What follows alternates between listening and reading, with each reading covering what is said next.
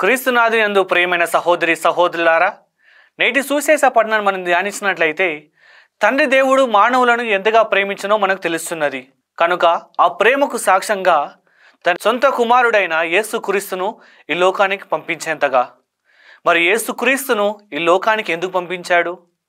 ఆదికాండము 1వ అధ్యాయము 20వ వచనంలో మనం చూస్తున్నాము.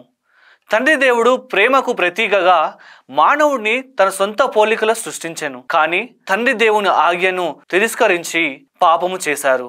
ఆ పాపము ద్వారా వారు దేవుని ప్రేమ నుండి పాపపు జీవితానికి చేరువయ్యారు.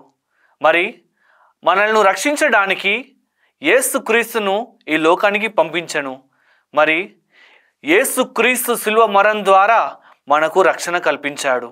మరి ముఖ్యముగా మనం గమనించాల్సింది ఏమంటే, క్రీస్తుని శిలువ మనకు ఒక వారధిగా నిలుస్తున్నది. వారధిగా మరి దేనికి అంటే, అవిశ్వాసం నుండి విశ్వాసమునకు, పాపపు జీవితం నుండి తండ్రి దేవుని నిత్య జీవపు వైపు, ద్వేషము, పగ, కుట్ర నుండి ప్రేమ, కరుణ, ఆప్యాయతకు, అలాగే చీకటి నుండి దేవుని నిత్య జీవపు వైపు.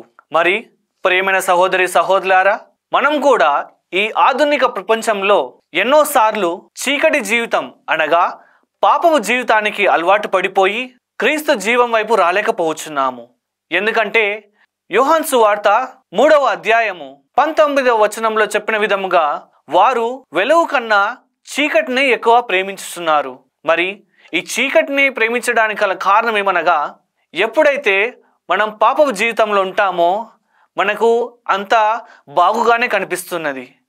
కానీ ఎప్పుడైతే దేవుడి నిత్య జీవ వెలుగులకు మనము వస్తున్నామో లేక చేరువ అవుతామో, అప్పుడు మన యొక్క ప్రతి తప్పిదములు, మన చెడు కార్యాలు బయలుపడటం అవుతుంది.